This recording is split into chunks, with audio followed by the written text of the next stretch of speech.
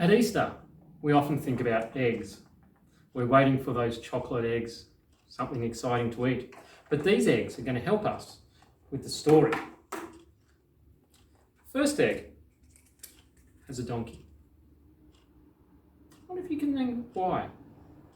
Well, this Sunday, churches will remember Palm Sunday. We remember that Jesus entered Jerusalem riding on a donkey, and crowds proclaimed that here comes the one we've been waiting for. Everyone was excited. Everything seemed to be going so well.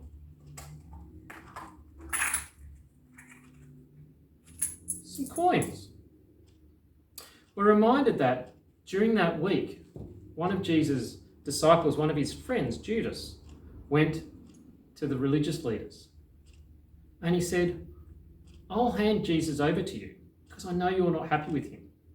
And they gave him 30 pieces of silver. We've only got 3, but that'll help to remind us.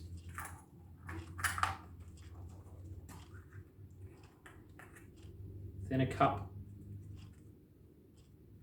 On the night before he was betrayed, almost a week after he'd entered on the donkey, Jesus and his disciples sat in an upper room and had a special meal together. It was the Passover meal.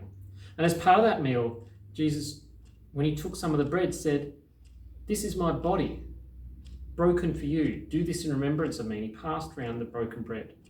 Then he took the cup and said, "This cup is a new covenant in my blood." What we remember at communion was the Last Supper Jesus shared with his disciples.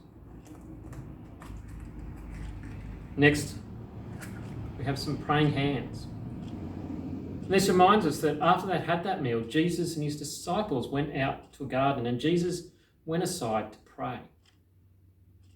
And he prayed, "God, is there another way so that I don't have to die? But if there's not, I'm willing to do your plan."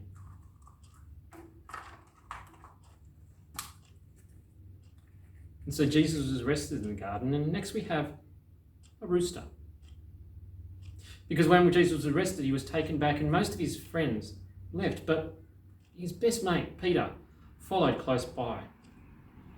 And as Peter sat there in the courtyard as Jesus was being put on trial, 3 times people came to him and said, "Hey, you were friends with Jesus, weren't you?" And 3 times he said, "I don't even know the guy." And then the rooster crowed. And in fact, Jesus had told Peter that that was going to happen. And when Peter realised that he'd let his friend down, he ran out in tears. Next, we have a whip. Because some of the religious leaders and some of the political leaders whipped Jesus to punish him because they weren't happy with what he'd done. Next, we have a crown of thorns. Because the charges brought against Jesus by the religious leaders was that Jesus was claiming to be king of the Jews. Some of the Roman soldiers took some thorns and they made it into a crown and they popped it on his head and said, "Yay, Jesus, you're our king," and made fun of him.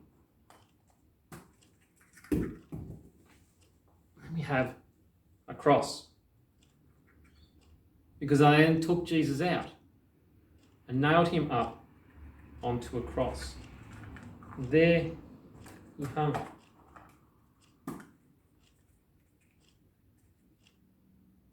We have a spear. Because Jesus hung on the cross and then he cried out, "It is finished," and he died. And the soldiers were amazed. And to check that he was dead, they took a spear and put it in his side. And it showed that he truly had died. Next we have some cloth. Because they took Jesus' body down and they wrapped it up in cloth and they put it into a tomb that a guy called Joseph of Arimathea had.